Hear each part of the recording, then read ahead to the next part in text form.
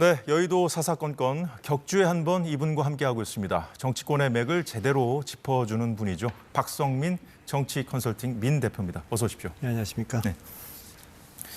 네, 김기현 대표 사퇴 이후에 비대위원장 인선에 속도를 내고 있는 국민의힘 상황부터 살펴보겠습니다. 자, 이번 주에 상황이 급변하면서 벌어진 일인데요. 김기현 전 대표죠, 이제 대표 사퇴 어느 정도 예견을 하셨습니까? 뭐 정해진 수순으로 보였습니다. 네. 네, 그러니까 뭐 강서구청장 선거에서 17% 대패를 했고, 네. 그런 속에서 지금 총선 전망이 지금 밝지 않은 상황에서 그대로 갈 수 없다. 뭐 이런 여론이 좀 있지 않았습니까? 이제 그래서 뭐 정해진 수순으로 봤는데 이뇨한 혁신위가 자초하면서 그 시기가 좀 빨라졌다 이렇게 보입니다. 예. 오늘 오전 국민의힘이 비상의원총회를 했는데 1시간 45분 정도 진행됐다고 합니다.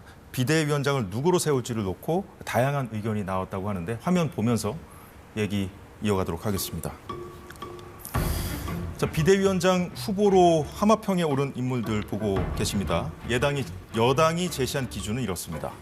자, 국민 눈높이에 맞고 국민이 공감할 수 있고 선거를 앞둔 시점에 총선 승리를 위해 당을 이끌 수 있는 능력, 실력을 갖춘 인물. 자, 이 4명 중에 박 대표가 보시기에 이 기준에 부합하는 인물이 있습니까? 뭐 모든 걸 다 완벽히 갖춘 분은 없지만, 네. 그러니까 지금 핵심이 뭐냐면 지금 정부의 위기, 당의 위기, 이것이 결국 대통령의 문제다 이런 인식이 지금 확산되고 있는 거 아닙니까? 그러니까 당의 문제라기보다는 그 강서구청장 선거 패배도 결국 대통령과 대통령실의 문제였다 이렇게 보는 시각이 있고, 네. 당의 문제는 그거를 그 당이 제대로 제어하지 못했다. 그래서 수평적 당청 관계를 만들지 못했고 수직적인 그거를 넘어서서 예. 존재감 없이 무기력하게 대통령실에 끌려가다가 이런 상태로 선거를 치를 수 없다. 이런 진단이라면 네. 처방도 거기로부터 출발해야 된다고 저는 보는 거죠. 그러니까 뭐 의총에서 제가 뭐 들어가 보지는 않았지만 대통령과 대통령실에 할 말을 하는 당대표를 좀 뽑아야 된다. 비대위원장을 뽑아야 된다. 예. 뭐 이런 얘기가 좀 있었을 것 같아요. 근데 그런 기준으로 보면 실제 있었다고 합니다. 네, 그런 기준으로 보면 이뇨한 위원장은 본인이 뭐 나라님이라고 대통령에 대해서 얘기하고 예. 이제 그리고 이미 또 이제 혁신위에서 한번 실패를 했고 여러 가지 설화도 있었고 그렇기 때문에 이 일을 맡기기에는 조금 어려워 보이고요. 예. 한동훈 장관은 아주 뉴페이스고 새로운 카드인데 대통령 내분과 특별한 관계로 다 알려져 있고 그래서 거의 분신 같은 분으로 지금 돼 있기 때문에 네.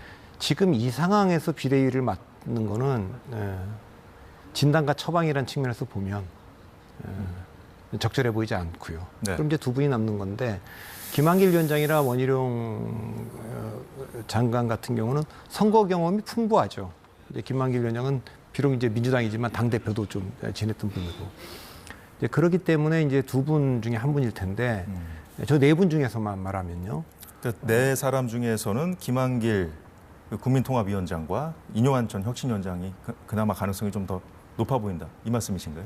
김한길 위원장하고 원희룡 장관. 예, 네. 그렇죠. 그러니까 그런데 이제 당의 분위기는 어쨌든 지금 민주당의 당대표를 지낸 분을 할 수 있느냐 이런 얘기도 나오는 것 같은데 선거에서 뭐 이기려면은 뭐 이제 네. 김종인 위원장 같은 분도 비대위원장 했고 또 민주당도 2016년에 비대위원장 김종인 비대위원장으로 갈 때 그 전에 뭐 2012년에 박근혜 비대위원이었던 분을 또 비대위원장 앉힌 거니까 예. 뭐 그건 할 수는 있다고 봅니다. 그러나 이제 당의 지금 분위기가 그동안에 대통령도 이 당에 오랫동안 뿌리를 내린 분이라면 모르겠는데 문재인 대통령에서 중앙지검장 검찰총장으로 임명된 분이 지금 대통령 돼 있고 그런 속에서 비대위원장도 민주당 당대표를 지낸 분을 앉힐 수 있느냐 예. 이런 분위기가 있을 수 있기 때문에 그렇다면 원희룡 장관이 좀 더 유력하지 않을까. 저 4분 중에는 저는 그렇게 봅니다.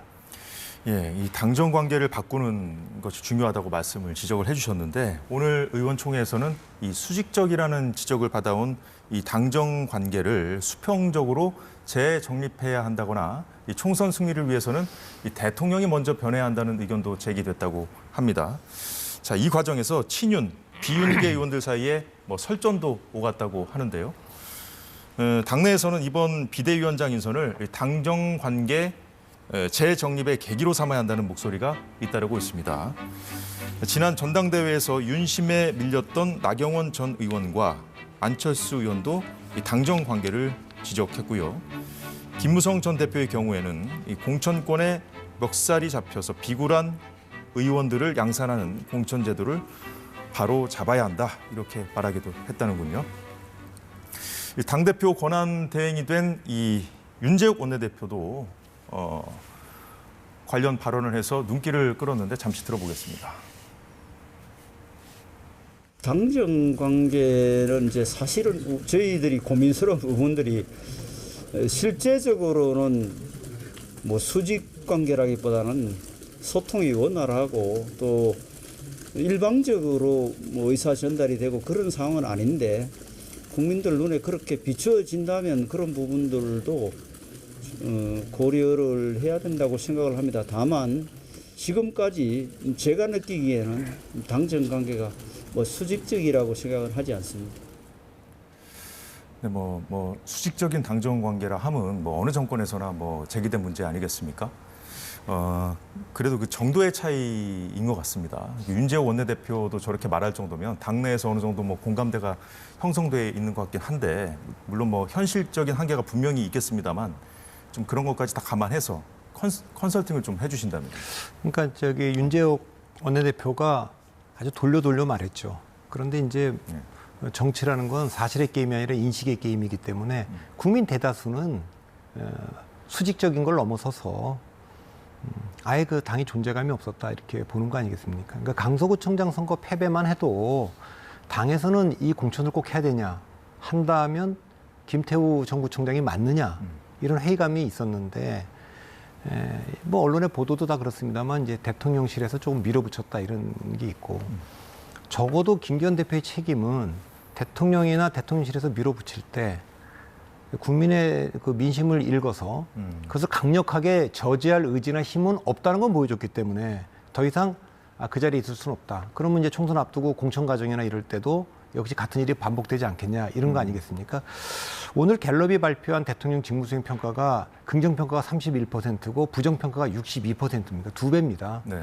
여기 이제 뭐 중도층은 19대 72로 이거는 이제 완전히 그 대통령 심판론이 지금 구도로가 인물과 이슈를 지배하고 있는 상황이고 예. 정당 지지율이 36%면 지금 정당을 국민의힘을 지지하면서 대통령이 잘했다고 얘기하는 분들도 지금 있다는 거 아닙니까? 한 5%나. 이렇게 되면 사실상 그 레임덕 초기거든요. 그 레임덕, 대통령 레임덕이라고 하면 이제 세 가지 현상이 나타납니다. 첫째는 대통령이 원하는 사람을 앉힐 수가 없어요. 당이 거부하기 때문에. 두 번째는 대통령이 추진하는 정책을 당이 뒷받침을 안 하기 때문에 그걸 추진할 수가 없습니다. 세 번째는 나가면 안 되는 기밀들이 자꾸만 언론에 보도가 됩니다. 예. 자, 그래서 이번에 이제 이 바로미터인데 네네. 과연 대통령이 어떤 생각을 하고 있는지 모르지만 대통령이 원하는 비대위원장을 앉힐 수 있느냐. 뭐 지난 전당대회 때는 그렇게 대통령실이 다 나서서 만들었는데 이번에도 그렇게 할 수 있느냐.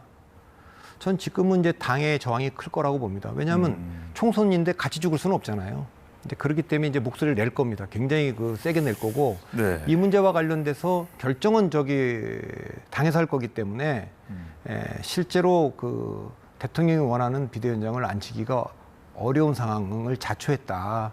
그래서 뭐 대부분 다 네 분이 대통령과 아주 먼 분들은 아니고 예. 또 내각에서 같이 장관한 분들이고 그렇지 않습니까? 그러니까 대통령과 관계는 다 있고 그러고 또 대통령한테 정말 대통령의 변화를 촉구하고 또 특히 대통령 영부인에 대한 김건희 여사에 대한 이슈도 제기할 수 있는 분들이냐 이런 문제에 대해서는 조금 의구심들이 있는 분들인데 예. 네 분 다 그렇기는 해도 상대적으로라도 그래도 당의 입장을 대통령실에다가 강하게 얘기할 수 있는 분 그런 분을 선호하지 않을까. 이제 그런 분이면 저 네 분 중에는 아까도 말씀드렸지만 원희룡 장관이 가장 그래도 있고 또 다른 분들이 후보로 올라올 수 있겠죠. 당의 저항이 좀 그 과거에 비해서 좀 크게 나타날 수 있다고 봤을 때 좀 의외의 인물이 될 가능성도 뭐 없다고 볼 수는 없겠네요. 그런데 뭐 대통령 임기 2년밖에 안 지났고 그래서 가는데 당이 대통령과 진짜 긴장 관계를 뭐 야기할 수 있는 분을 모셔온다. 그거는 상상하기 어려울 것 같습니다. 그럼 다른 비대위원 인선 같은 데 좀 영향을 줄 수도 있을까요? 이런 당의 분위기가? 그럼요. 전 비대위원장이 중요하다고 봅니다. 그 비대위원장이 누가 되느냐에 따라서 비대위원도 그렇게 구성될 거기 때문에 그래서 지금은 어쨌든 그 지난 대통령이 집권 이후에 1년 6개월 해온 거에 대한 평가가 강서구청장 선거에서 드러났고 또 국제적인 외교활동의 결과가 엑스포 29표는 참패로 드러났기 때문에 이대로는 갈 수 없다. 근데 그 뒤에 곧바로 그 대통령이 김기현 대표와 김대기 대통령실장을 좌우로 앉힌 사진이 나왔지 않습니까? 그러면 국민들이 보기에는 이거 뭐 변화 없이 그대로 쭉 가겠다는 뜻 아니냐. 이제 이렇게 읽혔고.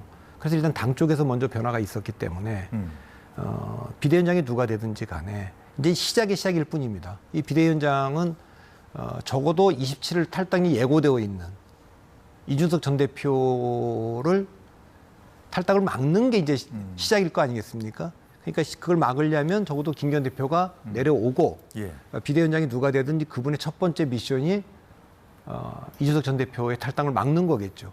그러면 이제 뭔가 혁신이 시작될 텐데 그 다음에 제기되는 문제는 대통령실을 향한 얘기일 겁니다. 이게 당은 이렇게 책임을 졌는데 대통령실도 김대기 실장이나 뭐 한호섭 정무수석이나 다 책임져야 되는 거 아니냐 이런 요구가 당 쪽에서 있겠죠. 지금까지 잘못된 판단, 잘못된 정무 보좌를 하지 않았느냐 이런 얘기들이 나올 겁니다. 그래서 이제 그걸 대통령이 받아들일 건지 안 받아들일 건지 이 문제가 있고요. 그 다음에는 이제 역시 지금 특검법으로 지금 뭐 전면에 지금 부상해 있는 김건희 여사 문제를 어떻게 할 거냐 이 문제도 특검법을 거부권을 행사할 거냐 안 할 거냐 민주당은 통과시킬 것으로 보이는데 그때 논란이 좀 되겠죠. 그래서 뭐 그거를 거부권을 행사하면 차선으로 특별감찰관제를 도입을 하거나 제2부속실을 두거나 뭐 이런 얘기가 좀 나올 수 있겠는데 그것도 그전하고 비교해 보면 조금 이제 당 쪽에서 목소리를 내지 않을 수가 없는 거죠. 이제 그런 것을 다 하고 그 다음에 이제 인적 청산이겠죠. 그렇기 때문에 이제 긴장이 앞으로 계속 제고될 텐데 그런 걸 감당할 수 있는 경험해 본 적 있는 그리고 당에서 뒤를 받쳐줄 수 있는 신뢰가 있는 분 이런 분을 좀 찾아야 되기 때문에 굉장히 어렵고 그런 속에서도 대통령 쪽에서도 그래도 뭐 그 정도 인물이면 내가 대화도 되고 좀 신뢰할 수 있다 이런 분이어야 되는 거지 대통령을 임기 2년밖에 안 됐는데 뭐 탈당을 요구하겠습니까? 가만히 있으라고 얘기를 하겠습니까? 저는 그거는 아닐 것 같아서 정말 말 그대로 수평적 당청 관계죠. 옛날 대통령실과의 그 당과의 관계. 그런 걸 할 수 있는 분을 찾자는 분위기가 있을 겁니다. 근데 만약 그거 안 하고 그냥 대통령실이 또 밀어붙인다. 그러면 뭐 진짜 어려워지겠죠. 근데 그런 부분을 봄에 있어서 김건희 특검법 전국이 뭐 분수령이 될 거다 이런 관측도 있던데. 그런 얘기들이 있는데 특검법을 통과시키고 당연히 이제 그걸 수용하자는 얘기도 좀 있어요. 일부. 이거는 뭐 근데 옛날에 이명박 대통령 같은 경우는 대통령 선거 기간 중에 뭐 BBK 특검법이 올라왔기 때문에 그거는 뭐 대통령 선거 끝나고 하자 이렇게는 했고 지금도 뭐 특검법은 봤대 총선 이후에 수사 개시하는 거를 그런 얘기도 나오더군요. 얘기가 나오는데 임기 한복판에 대통령 부인에 대한 수사를 허용하는 그런 특검법을 받겠습니까? 저는 가능성 별로 없는 얘기로 보이고 결국 거부권을 행사했을 때 그러면 이제 다시 민주당이 적당한 시기에 이걸 다시 올릴 텐데 그때 이게 불확실한 거죠. 이제 공천과 맞물려 갖고 그런 얘기하는 분들도 있지 않습니까? 이준석 전 대표도 그런 무기명으로 하는 거죠. 그렇죠. 이준석 그 전 대표도 그런 얘기를 한 거예요. 그러니까 지금 뭐 숫자 그러나 뭐 저는 그렇게까지는 잘 모르겠습니다. 알겠습니다. 자, 민주당으로 넘어가 보겠습니다. 어제 그 비명계 의원들의 모임, 원칙과 상식이죠. 이재명 대표 사퇴와 통합 비대위로의 전화를 요구했습니다. 관련해서 홍익표 원내대표가 오늘 한 방송에서 아직 민주당에게는 변화의 시간이 오지 않았다고 말했는데 뭐 아직 때가 아니란 뜻인 것 같기도 하고요. 잠시 들어보겠습니다. 어떤 중요한 선거를 앞두고 민심의 흐름에 따라서 불가피한 변화가 또 따라옵니다. 그래서 저는 아직까지 민주당에게 그런 시간이 오지 않았다고, 빠르면 1월 한 중순, 그다음에 2월 초순 이 시점이 민주당으로서 매우 중요한 혁신의 시간이 될 거라고 제가 예측을 하고 있습니다. 네, 원칙과 상식 요구에 대한 당 지도부의 답변은 일단 무대응입니다. 그런 상황에서 홍 원내대표의 이 민심의 흐름에 따라서 불가피한 변화가 또 따라올 거다라는 발언 좀 해석 좀 해주시죠. 뭐 아직은 뭐 변화 안 하고 버틸 힘이 있다, 이제 이런 뜻으로 보입니다. 그러니까 어차피 양당 다 내부 동력은 없는 상태였기 때문에 외부에서 동력이 와야 되는 거 아닙니까? 그러니까 민주당의 변화는 사실 국민의힘이 전당대회 할 당시로 돌아가 보면 국민의힘에서 뭐 김기현 대표가 아니라 뭐 안철수 의원을 뽑았다. 그러면 야, 이게 대통령 선거 이기려고 30대 당대표를 또 뽑더니 또 총선 이기려고 입당한 지 얼마 안 된 사람한테 당대표까지 시키는데 우리는 이 사법 리스크 안고 있는 대표 체제로 되겠냐. 뭐 변화가 있었을 겁니다. 네. 근데 이제 그 국민의힘이 변화가 없으니까 민주당도 변화가 없었어요. 이 상태로 가다가 민주당의 그 이재명 대표 사법 리스크가 지난번에 영장이 만일에 발부가 됐으면 그래서 여기 변화가 있으면 국민의힘이 또 변했을 겁니다. 근데 국민의힘도 여기가 변화가 없으면 또 안 변했잖아요. 강서구청장 선거 대패가 있었는데 17%. 그래서 이뇨한 혁신위를 만들었어요. 네. 그때 정말 엄청난 변화가 될 거로 예고됐으면 민주당도 변했을 겁니다. 근데 이제 안 변한 상태로 지금 12월 달에 온 거 아닙니까? 지금 내몰리고 있는 상황인데 예. 여기서 이제 어쨌든 그 양당의 전직 대표들이 지금 변화가 없으면 탈당하겠다, 신당하겠다 예고를 해놓은 상태 아닙니까? 이준석 전 대표는 27일까지 날짜까지 지금 예고를 했고 이낙연 대표도 5개월 기다렸는데 변화가 없다. 이제는 신당을 할 수밖에 없다. 국민들에게 제3의 선택지를 드려야 한다. 이런 얘기를 했어요. 이 상태에서 원칙과 상식도 변화를 얘기했지만 동력이 별로 안 실렸는데 장제원 의원의 불출마에 이어서 김기현 대표의 전격 사퇴가 이 통합비대위 요구할 명분이 생긴 거 아닙니까? 그렇죠. 이제 그렇게 됐는데 이 상태에서도 지금 홍익표 대표는 아직은 때가 아니다. 그러면 이제 주말쯤으로 예상됩니다만 국민의힘의 비대위원장이 누가 되느냐.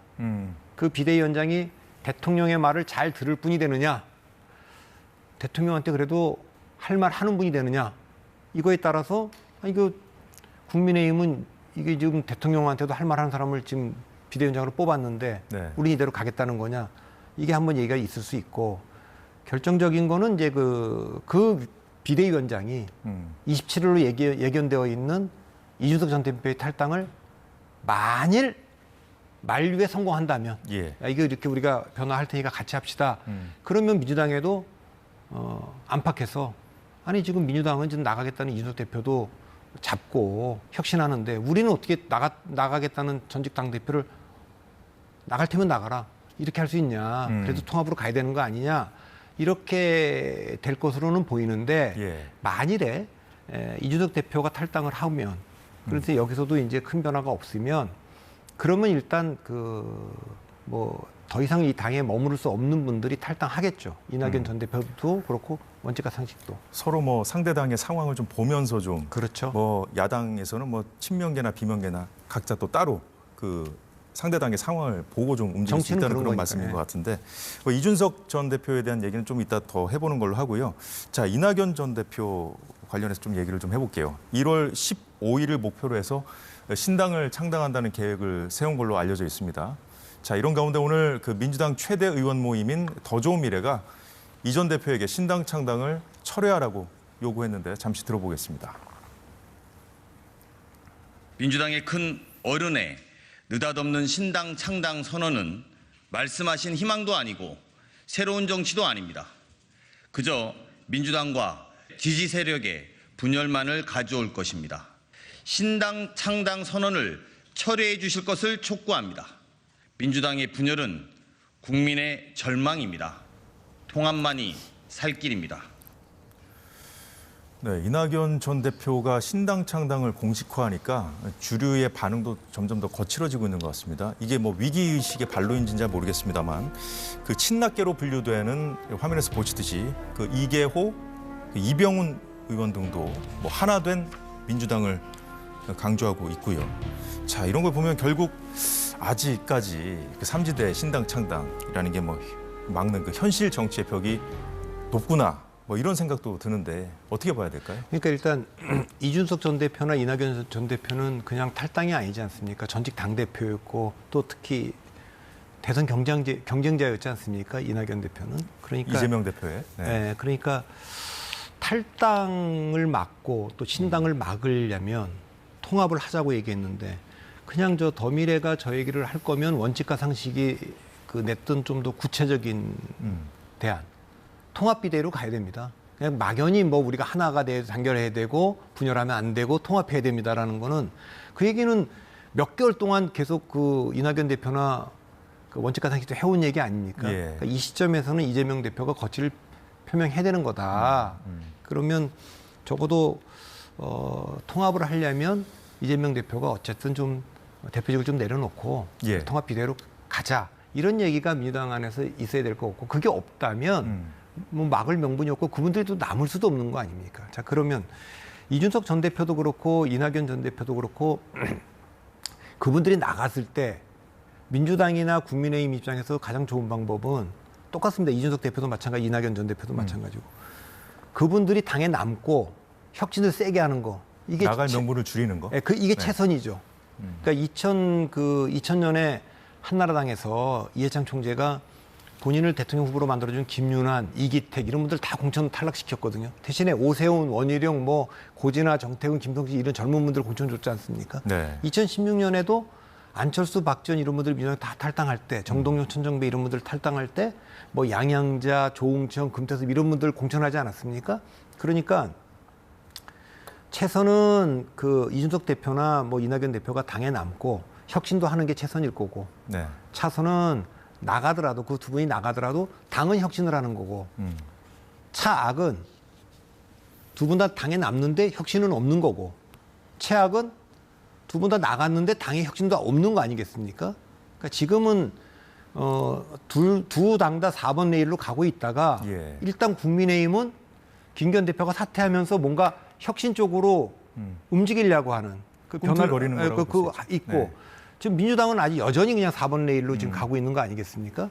그러니까 저 문제는 앞으로 이제 국민의힘이 어느 정도 혁신하느냐에 따라 연동되어 있다고 봅니다. 여기가 뭐 아까도 말했지만 이준석 대표를 남게 하고 뭐 혁신적 대통령실에도 요구를 하고 예. 변화를 하는데 여기는 뭐 아무 일도 없었다는 듯이 그냥 갈 수 있느냐? 정치는 그렇게 갈 수가 없거든요. 아까 말한 대로 홍기표 대표가 얘기한 대로 국민들이 다 지켜보고 있는데 그 민심의 흐름이 나오면 안 할 수가 없잖아요. 근데 그때 가서 떠밀려서 할 거냐 아니면 선제적으로 할 거냐 이제 그게 있고 예. 이제 이재명 대표가 지금 김부겸 총리나 뭐 정세균 총리 뭐 만난다고 지금 예고를 좀 하고 있어요.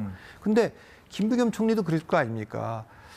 뭐 예를 들어서 이재명 대표가 전권을 주는 비대위원장을 맡아달라 그러면 하겠지만 전권을 주겠습니까? 그러니까 2012년에 박근혜 비대위는 대주주가 직접 나선 거 아닙니까? 그러니까 뭐 힘이 있었고 예. 2016년에는 대주주인 문재인 대표가 김종인 위원장에게 정권을 주지 않았습니까? 정말 공천 마음대로 다 했고. 근데 정권을 줄 수 있었던 거는 김종인 위원장이 대권 주자는 아니었기 때문에 전 좋다고 봅니다. 그런 상황들을 좀 감안해서 이낙연 전 대표가 이미 뭐 좀 신당의 강을 건넌 거 아닌가 하는 생각도 드는데요. 그런데 이제 네. 그 뭐 이낙연 대표가 나가서 신당을 만들어도 원칙과 상식이 또 나가더라도 예. 또 이준석 대표가 나가더라도 그걸로 완료된 거는 아닙니다. 그러니까 1월 달에 움직임을 보고 2월 달에 뭐 재통합 논의가 있을 수 있고 예. 3월 달에 선거 연대론 얘기가 나올 수 있습니다. 단계적으로 좀 봐야겠네요. 예, 2016년에도 국민의당이 만들어졌는데 민주당발로 국민의당의 당을 향해서 선거 연대론이 있었거든요. 예. 오늘 뭐 한국갤럽에서 나온 여론조사 하나 보고 가겠습니다. 근데 한국갤럽 자체 조사로 12일부터 14일까지 4일간 100% 무선 전화 면접으로 진행했습니다. 전체 질문지 등 자세한 내용은 중앙선거 여론조사 심의위원회에서 참고하시면 되겠습니다.